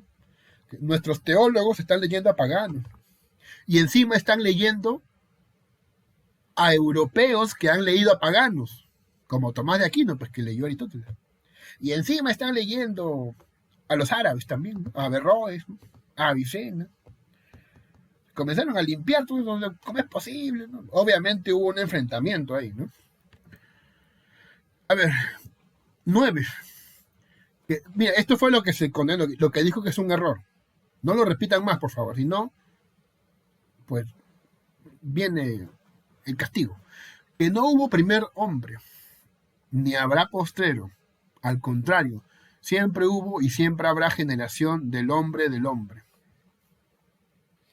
No hubo primer hombre, o sea, aquí por ejemplo plantean, ¿no? O sea, la existencia de Adán, no como un cuerpo, ¿no? Sino como algo trascendental si quieren, ¿ya? Claro, lo cual hacía pues de la comprensión de los textos bíblicos bastante difusa, ¿no? A alguien se le ocurrió decir, el primer hombre fue Adán, ¿no? Y de Adán vino los demás, ¿no? Y alguien dijo, no, eso no es cierto. ¿Por qué? Porque hubieron lectores de, por ejemplo, la Biblia, ¿no? Que quisieron, por ejemplo, encontrar a sus ancestros en la Biblia, ¿no?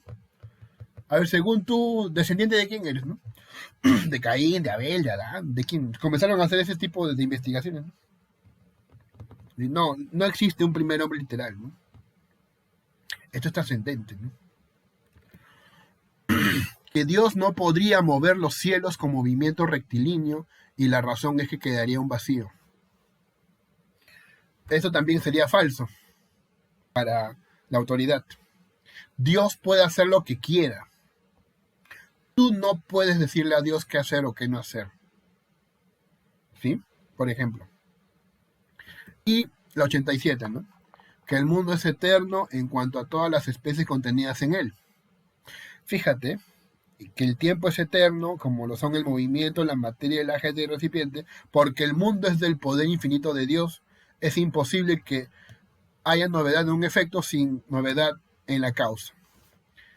Fíjate en estas tres preposiciones que están plantando acá ahora, ¿no?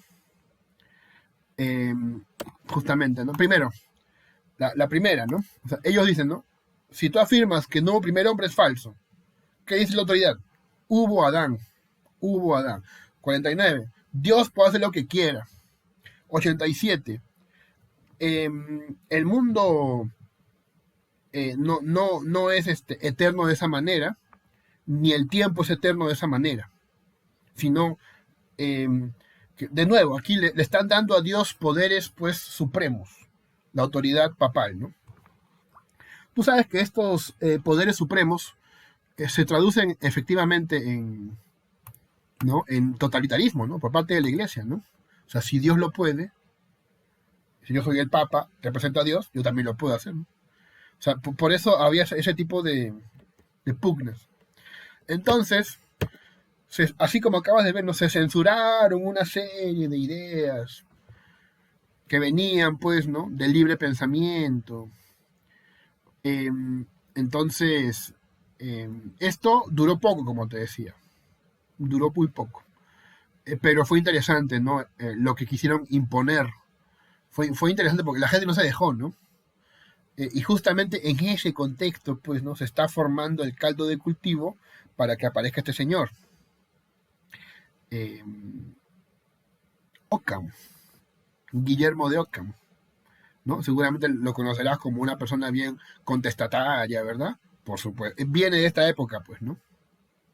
Viene de esa. Ese es el contexto que hace comprensible el por qué Ockham tiene esa reacción. A ver, no sé si conocen la paradoja de Dios y la piedra. La voy a plantear y le voy a preguntar a ustedes qué piensan. Los que intervengan los voy a anotar en este texto Luego les indicaré por qué, porque os apunto, ¿ya? Yo les recomiendo pues, que participen activamente, ¿no? Paradoja de Dios y la piedra, ¿no? A la que tuvo que enfrentarse Tomás de Aquino y también Occam. Occam no es ateo, por favor, no es ateo. Lo que pasa es que es un creyente muy crítico, con un pensamiento crítico muy encendido, ¿no? A ver, ¿puede Dios crear una piedra tan grande que ni siquiera Él sea capaz de cargar? ¿Sí o no? Si la puede crear, no la puede cargar. Por ende, no lo puede todo. ¿Quién me completa lo demás? Alguien que intervenga. Si la puede crear, no la puede cargar. Por lo tanto, no la puede todo. Si no, ¿qué? Mira la pregunta. ¿Puede Dios crear una piedra tan grande? Sí. Si la puede crear, no la puede cargar. ¿Por qué no la puede cargar? Porque es grande, es tan grande que ni siquiera la puede cargar. Como te digo, la siguiente, ¿cuál es? ¿Alguien voluntario para que la complete? ¿Nadie? A ver, te escuchamos. Tal vez puede ser, si no la puede crear, no es Dios. Si no la puede crear, no lo puede todo. De frente, ahí está, a ver. Si no la puede crear, por ende, no lo puede todo. ¿Cuál es tu apellido o tu nombre? Isidro Velasco. Ah, ya, genial. Ya están empatados, ¿no? Bien. Conclusión. También, Dime. nada, que también iba a decir, por lo tanto, también podemos decir que Dios no puede crear. Claro, por lo que se llama el principio del tres excluido, ¿no? ¿Cuál es el principio del tres excluido? ¿Crea la piedra o no la crea? Si la puede crear, no la puede todo. Si no Exactamente. la puede crear o no la pueda crear, entonces no lo podrá todo. Pero esto es paradójico, porque si Dios es Dios, lo debe poder todo. Y si no es Dios, Ah, entonces es un farsante. Claro. claro, porque si no lo puede crear todo, entonces no es Dios. Entonces, ¿cómo quedaría ahí? Acá te doy un poquito la pista, ¿ya? A ver si me siguen la pista. Vas a hacer que tu mente se abra como una flor, como un botón de rosa se va a abrir. Si me entiendes lo que te voy a decir, ¿ya? Hay una fuerza irresistible. ¿Qué es una fuerza irresistible? Imagina, aquí está mi pollito, ¿no? Una fuerza irresistible es una fuerza a la que nada le resiste. Una fuerza a la que nada le pone resistencia, ¿ya? Fuerza irresistible. Y hay otro concepto que se llama objeto inamovible. A ver, aquí tengo un objeto que me gusta mucho, que es el Buda, no sé si lo ven, creo que no se ve, ¿no? Bueno, ojalá que se vea. Es el Buda, ¿ya? Vamos a ponerlo como un objeto inamovible, ¿ya? Entonces, ¿qué cosa es un objeto inamovible? Algo a lo cual nada lo puede mover. Pregunta para ustedes. ¿Qué pasaría si una fuerza irresistible se encuentra con un objeto inamovible? Los escucho. ¿Se anulan los dos? Se anulan los dos, es importante. ¿A quién dijo eso? ¿Quién dijo eso? Christopher, buenas noches. Este es nuevo. A ver, apellido Christopher, ¿qué? Christopher Valladares. Gracias por su intervención. Dice que se anulan los dos. Ya. Es una opción interesante que lo plantees. Ya seguramente con más calma, si lo piensas, vas a poder llegar a una conclusión tú mismo. A ver, una consulta. Dime. Se nos dice que hay una lanza muy fuerte que choca con un escudo irrompible. Cuando los dos se tocan, ¿qué pasa? ¿No se neutralizan los dos? Es la misma. Ya. ¿Sabes qué pasa? ¿Sabes qué pasa ya? Este es un problema de lenguaje, mi estimado amigo. ¿Ya? A ver, te explico por qué. Es lo siguiente, ¿no? Dios creando una piedra tan grande que ni siquiera él sea capaz de cargar. Eso es un sinsentido. Igual que la fuerza irresistible que se encuentra con el objeto inamovible. Eso también es un sinsentido.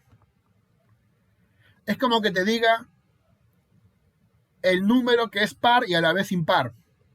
O como que te diga el color del olor dulce. ¿Cuál es el color del dulce?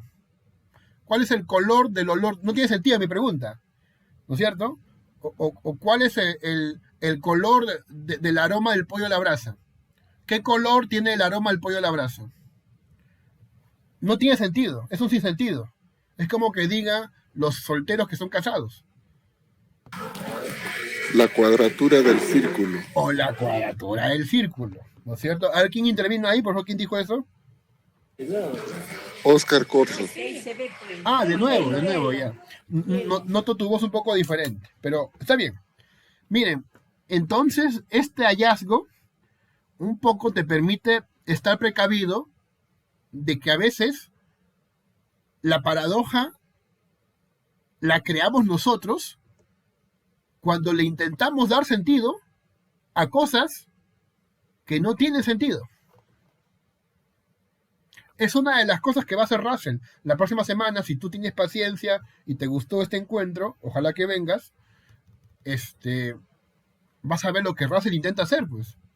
Russell ubica eso, ¿no? Lo que está pasando acá es que estamos dándole sentido a cosas que no tienen sentido.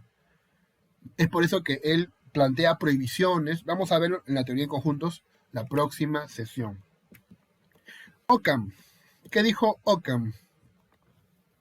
Occam, ¿qué dijo, no? Bueno, él asumía, pues, que es imposible explicar cómo conoce Dios la totalidad de los episodios futuros y contingentes. O sea, tú no puedes decirme qué piensa Dios. Discúlpame, ni aunque seas el Papa. Ni aunque seas Tomás de Aquino, ¿no? Es imposible conocer las maneras en las que Dios conoce las cosas. Occam cree que nunca encontraremos la solución a este asunto de Dios y el futuro, porque no podemos encontrarla, ¿no? El viejo problema, ¿no?, de que si Dios lo sabe todo, ¿cómo es posible de que tú tengas libertad? Porque si tú actúas, por ejemplo, viajando o no viajando a Chile, Dios lo sabía. Dios lo sabía. Entonces, si Dios lo sabía, ¿eres libre? Es un problema. Él dice, no, ahí nunca habrá solución, ¿no?, según Occam.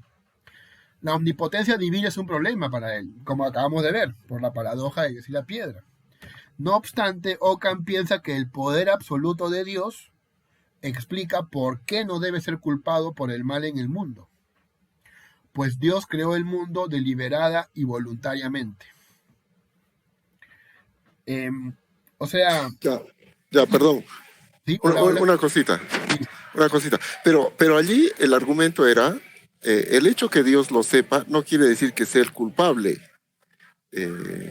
Esa era la respuesta a eso, ¿no? O sea, si Dios sabe que te vas a condenar y te condenas, ¿para qué te ha creado, no? Entonces la respuesta que daban ya desde los medievales era que el hecho que lo sepa no quiere decir que sea el culpable, porque te impuso libertad, ya está. Exacto, o sea, muy bien, eso está ahí. ¿Apellido usted, señor? Oscar Corso. Ah, mire, usted está goleando, señor, ¿eh? Gracias por su intervención. Miren, efectivamente, ¿no?, lo que él ha dicho es lo que estamos acá intentando explicar. Te formulo, a ver, otras paradojas. Acepta Occam la teoría ética del mandato divino. Una acción debe su bondad tan solo al hecho de que Dios la aprueba. O sea, para Occam Dios es infalible, ¿no? Lo que Dios aprueba es bueno. Si Dios lo desaprueba es malo. Esto genera un problema si tú has leído el Eutifrón de Platón. ¿Se acuerdan de ese problema? A ver, se lo planteo, ¿ya? Un acto es bueno porque agrada a los dioses o a estos les agrada porque es bueno. Por ejemplo, si los dioses aprobaran la crueldad, ¿sería buena?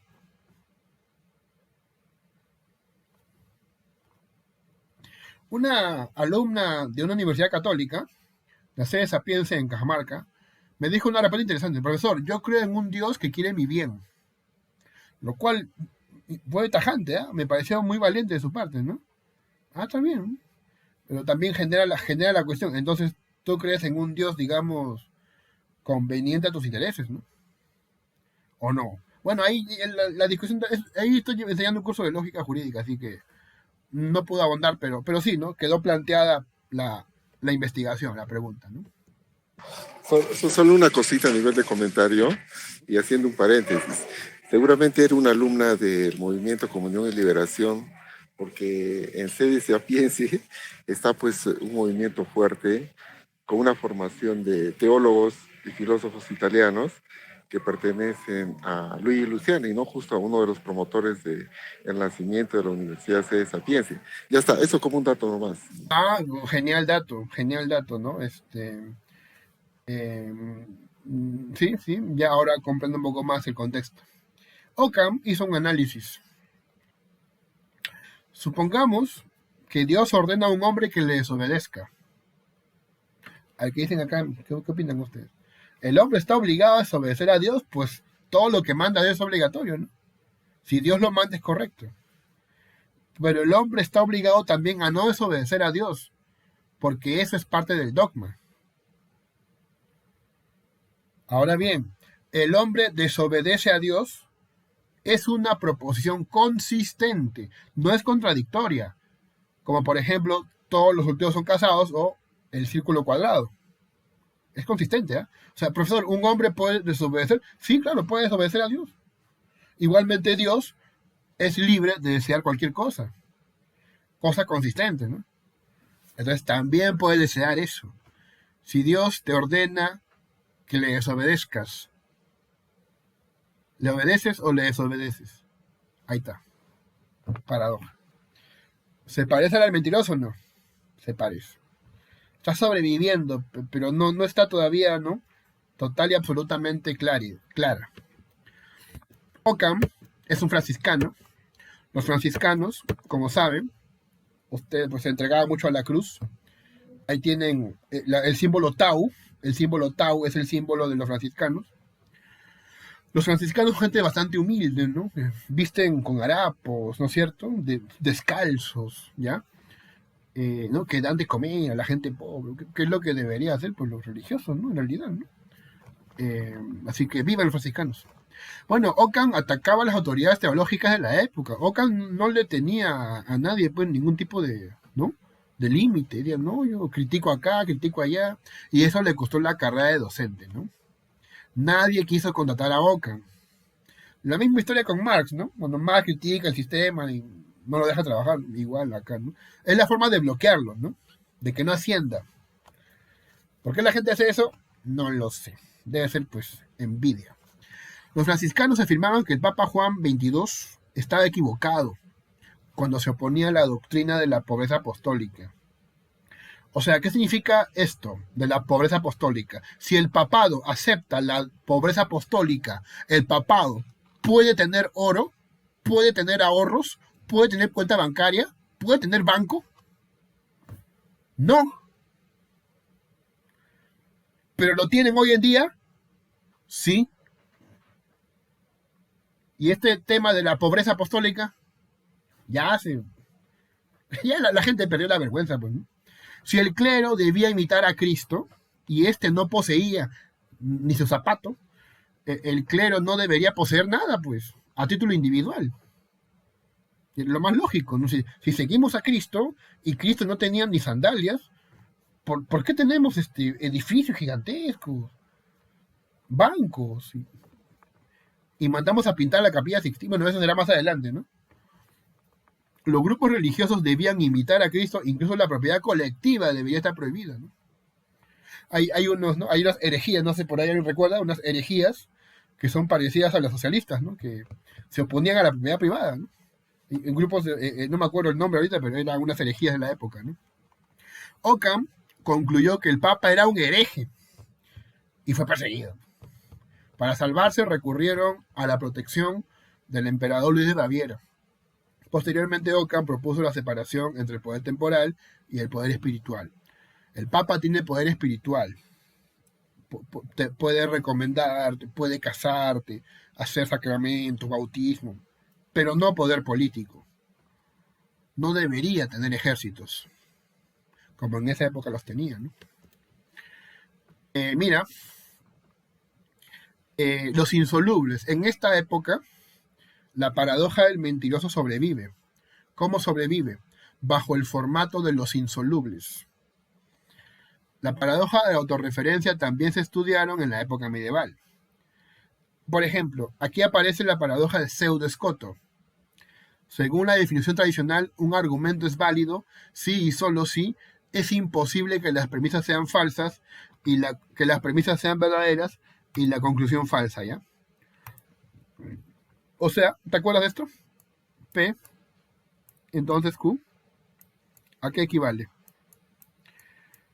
Es imposible, P, y al mismo tiempo, negación de Q. ¿No? Y si tú aquí aplicas De Morgan, ¿qué obtienes? Negación de P o Q, ¿no? Lo cual comprueba la equivalencia anterior, pues. ¿Sí? O sea, un argumento es válido si y solo si es imposible que la premisa sea verdadera y la conclusión sea falsa. Es imposible, ¿ya? Ahora bien, pseudoescoto presenta un contraejemplo. Pseudoescoto son textos atribuidos a Escoto, pero que no se sabe muy bien si es de él o no, ¿ya? Mira, Dios existe, por ende, este argumento es inválido. Miren lo raro de esto, ¿eh? Dios existe, por lo tanto, este argumento es inválido. En vez de Dios existe, puedes poner cualquier verdad, ¿no? 2 más 2 es 4, por ejemplo. Pero bueno, para este señor que es creyente, ¿no? Dios existe es una verdad indubitable. Si este argumento es válido, entonces, dado que la premisa es verdadera, la conclusión debe serlo también. Si la premisa es verdadera, la conclusión también debe serlo. Si es válido. Por lo tanto, este argumento es inválido. ¿Entienden? Porque la conclusión que dice, pues que es inválido, ¿no? Paradoja. Siguiente. Si este argumento es inválido, entonces la premisa es verdadera y la conclusión es falsa. ¿Qué dice la conclusión? Que este argumento es inválido. Si es falso, entonces este argumento es válido. ¿Me entiendes? Si es válido, es inválido. Si es inválido, es válido. Paradoja. Sobrevivió el mentiroso.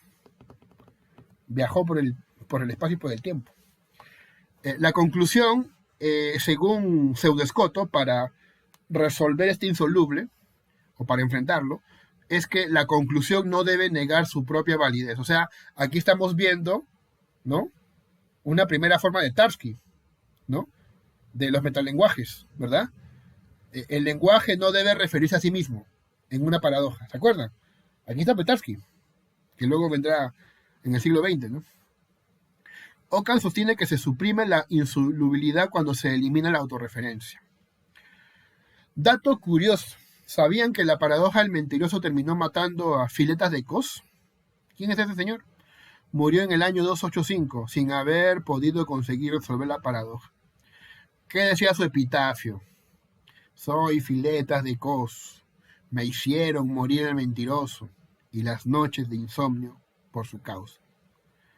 Así es, ¿no? Mucho pensó en el mentiroso, ¿no? Y se fue al otro mundo. Bien. Esta actitud de, por ejemplo, ¿no? Prohibir la autorreferencia es muy pragmática, a diferencia de la actitud griega, que era bien teórica. Tan teórica que incluso, como te acabo de contar, un lógico se murió por no resolverlo, ¿no? ¿Cuál es el origen de los insolubles? Con esto ya voy acabando, mira. Cuando acaba el Imperio Romano, las paradojas pues se consideran irrelevantes, ¿no? Además, Aristóteles ya había hecho un análisis. Te comento, ¿no? La falacia del secundum quid et simpliciter. No sé si la conoces, te la voy a comentar ahora. Consiste en tomar una afirmación que es verdadera como si lo fuera de manera absoluta. Por ejemplo, los africanos son blancos por sus dientes. por lo tanto, son blancos. ¿No? ¿Entienden? ¿No? Ahí está un error un poco parecido a la parte y al todo. Son blancos esos dientes, por lo tanto son blancos. Se llama la paradoja, perdón, la falacia secundum quid. Te vuelvo a repetir, los grandes filósofos han intentado reducir las paradojas a falacias. Recuerda que las paradojas son argumentos que procediendo lógicamente desembocan en una contradicción inesperada, mientras que las falacias son argumentos lógicamente inválidos, pero persuasivos a nivel psicológico. Persuasivos, o sea, te hacen caer en error. Vamos a ver, ¿sí? Este tipo de ejemplos, ya mira. Falacia de accidente. Yo lo llamo especificación fallida. Especificación fallida. Fíjate, aplicamos una regla general a un caso particular que es excepcional. Por ejemplo, a ver.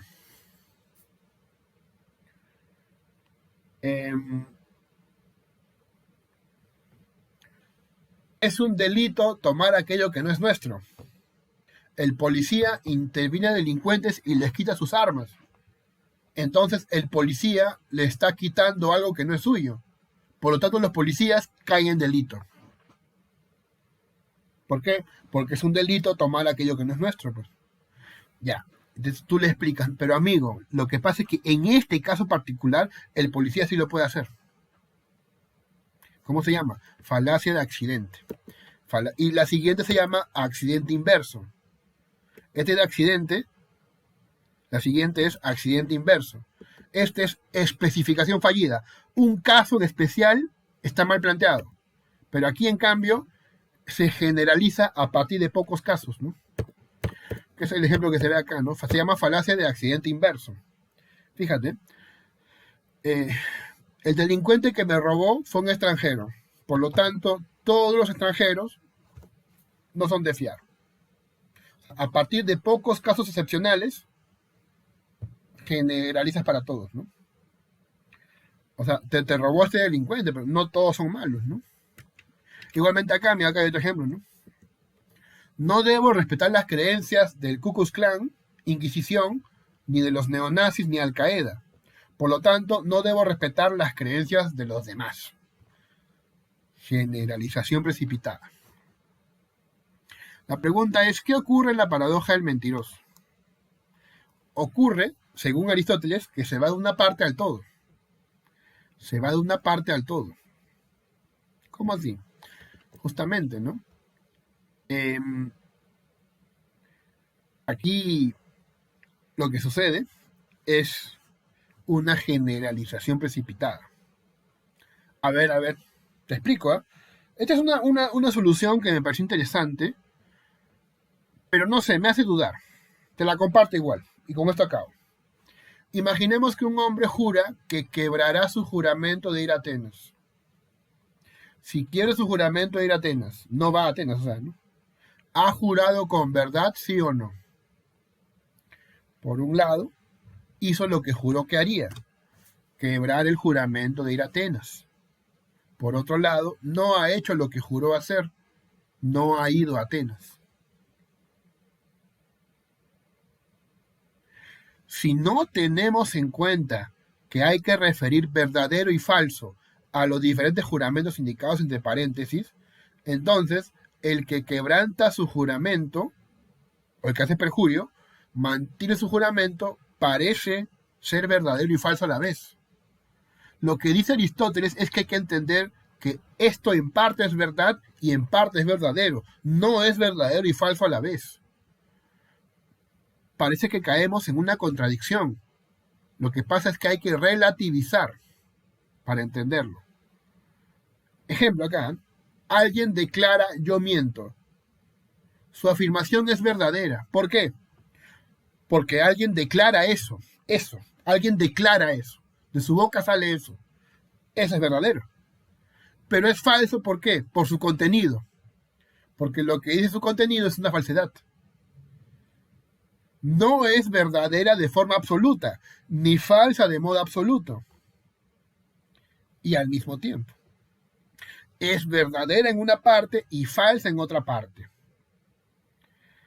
falacia de generalización precipitada, de accidente inverso, pues el error aparece cuando se piensa que como una parte del enunciado del mentiroso es verdadera, entonces todo debe ser verdadero, ¿no? Y justamente también se considera verdadera aquella parte que dice que es falsa, ¿no? Paradoja. Así lo resolvió Aristóteles. Es interesante, ¿no? Los medievales no le dieron bola y bueno, está bien, dijeron, ¿no? No le dieron bola, ¿no? Está bien. Durante siglos los escolásticos mencionaron la paradoja del mentiroso como una falacia y ahí quedó la historia. Bueno, hasta este momento, ¿no? Porque luego en próximas sesiones veremos más detalles al respecto. Muy bien, entonces, si están ahí presentes, tienen preguntas, con todo gusto, mediante la moderación de nuestro amigo Pedro, podemos escuchar sus preguntas. Sí. Bien, disculpen, Ya. en esta oportunidad quien se dirige al auditorio, a usted, doctor, agradeciéndole, es Ciro Marín Benítez. Bueno, ante todo, los agradecimientos a nombre de la Escuela Profesional de Filosofía, del Departamento Académico de Filosofía de la Universidad Nacional de San Agustín, porque el tema que nos acaba de, bueno, dar una conferencia tan interesante ha dado lugar, ¿no?, a que tengamos que reflexionar, porque realmente cabe este tipo de análisis mucho más profundos en la lógica. Doctor Rafael Mora, muchas gracias.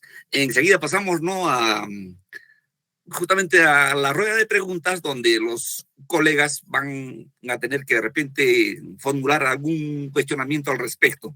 Por favor, los que deseen pueden intervenir o levanten la mano. Mientras, doctor, yo creo que si vayan ideando su pregunta o formulándola, yo le voy a comentar algo, doctor. Cuando usted mencionó referente a la lógica intuitiva, ¿podría de repente darnos algo más puntual al respecto, por favor, doctor Rafael? Muchas gracias. Creo que sí. Solamente un detalle de repente para que se pueda entender en contexto, ¿no? Los intuicionistas, encabezados por Brouwer o por Kronecker en la época de George Cantor, se oponían a Cantor, se oponían al platonismo de George Cantor, el que inventó la teoría de conjuntos. Bien. Cantor hizo demostraciones que a los intuicionistas, luego llamados constructivistas, no les gustó.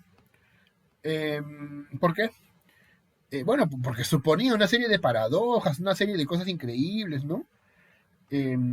Por ejemplo, ellos decían que no debería probarse las cosas mediante reducción al absurdo, como por ahí demostrar, ¿no? Sino que todo debería demostrarse construyendo, ¿no? Debes demostrarme que 2 más 2 es 4, que 2 más 2 son 4, pues agarrando los ladrillos y llegando a 4. Lo incorrecto para un intuicionista es decir, bueno, 2 más 2 es 4. A ver, supongamos que 2 más 2 no sea 4. Si 2 más 2 no es 4, entonces te da lugar a esta contradicción, ¿no? De que 1 es igual a 2 y 2 es igual a 1. Por ese motivo, no es cierto que 2 más 2 no sean 4. Esta demostración le parece a los intuicionistas jalada de los pelos, ¿no? Absurda. Porque no ha construido nada. Ha supuesto nomás metafísicamente, ¿no? Pero no ha llegado a algo puntual, algo concreto, ¿no? Entonces, por ese motivo hubo una gran pelea, ¿no? Una gran oposición teórica entre los platónicos, los seguidores de Cantor, y los intuicionistas, ¿no? Que llegó a la lógica. Por eso te digo que en la lógica también, la lógica intuicionista, se plantean una serie de restricciones, ¿no? Por ejemplo, en la lógica intuicionista, se bloquea el principio del tercio excluso, ¿sí? Se bloquea el principio del tercio excluso, ¿sí? O sea, P o no P no tiene validez, ¿sí? Igualmente, ¿no?, que la doble negación tampoco tiene validez, no la aceptan los intuicionistas. Y bueno, es una lógica muy interesante, ¿no? Con todas esas limitaciones, se pueden hacer las mismas demostraciones se pueden hacer las mismas demostraciones que hace un lógico, digamos, estándar. Sí. Bueno, algunas, ¿no? Hay otras que no se pueden, digo, por los límites teóricos. Pero las que sí se pueden hacer, digamos, requieren más pasos, ¿no? ¿Sí?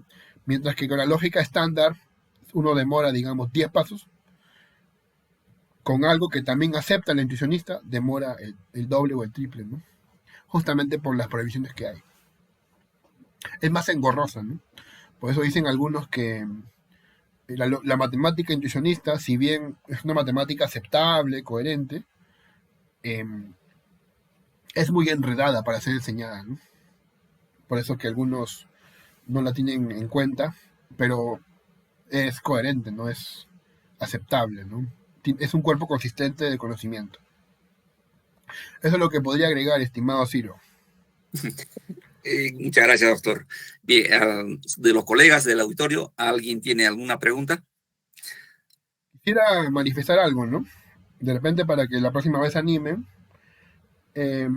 vamos a, entre los que están participando, como ya apunté, a Oscar Corso, a Ciro Marín, a Isidro Velasco y a Christopher Valladares, la próxima semana les tengo una sorpresa. Ya coordiné con el organizador, no puedo dar mayores detalles. Una sorpresa para los que participen. De ahí pues el estímulo, ¿no? Sí, yo me encargaría, ¿no? de lo que es la logística, solamente como una forma de estímulo, ¿no? No puedo dar más detalles, ¿no? Pero si participan, bueno, se llevarán una grata sorpresa. Espero que sí sea grata, ¿no? No digo ahora o la próxima semana, dependiendo también de ustedes, ¿no? Bien, doctor Rafael. Además, creo que la conferencia ha sido bastante dinámica. Ha habido participación donde los colegas realmente plantearon, ¿no?, sus inquietudes y ha sido bastante productiva, doctor. Creo que esta no es la única vez porque se tiene planificado que en lo posterior, creo que la siguiente semana, también vamos a continuar con con este diálogo que es bastante interesante. Doctor, yo creo que no queda más que despedirnos y, bueno, quedar para la siguiente semana y los agradecimientos respectivos, doctor Rafael Mora. Será entonces hasta la próxima semana. Doctor, buenas noches. Buenas noches también, colegas, con todos ustedes. Gracias.